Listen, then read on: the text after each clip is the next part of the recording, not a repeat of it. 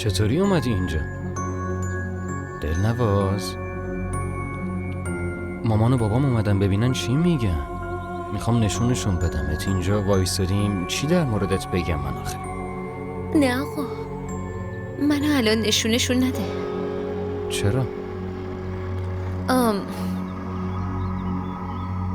نمیدونم در مورد من چی فکر میکنن. تازه این همه اومدم خونتون، به خواهرامم هیچی نگفتم آقا.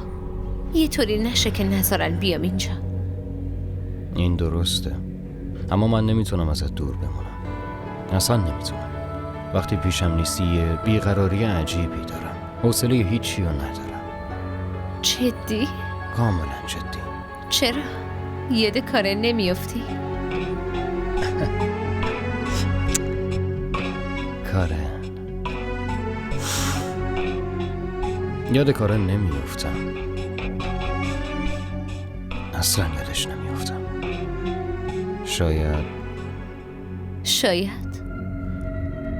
شاید آدم وقتی مطمئن میشه که نمیتونه کسی را به دست بیاره دلش صبور میشه. دلم صبور شده، اما دلنواز نمیتونم تو را از دست بدم. نمیتونم از دستت بدم. برای همینه میگم منو به پدر مادرت نشون نده آقا. نمیدونم منو بپسندن یا نه.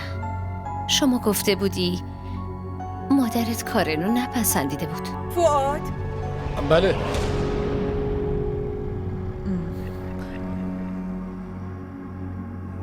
پسرم تو با کی داری حرف میزنی؟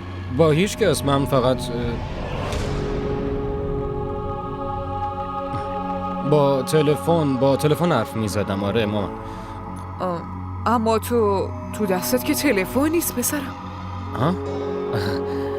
آره تو دستم که تلفن نیست. باشه ولش کنین. کاری دارین؟ زود بهم بگین.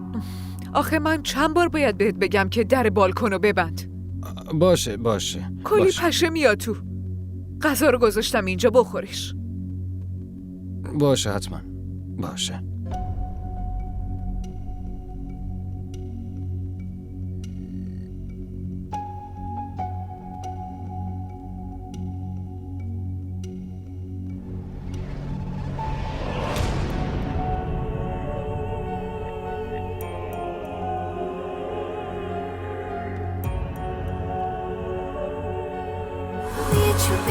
आवाज है ना खुल सके वो राज है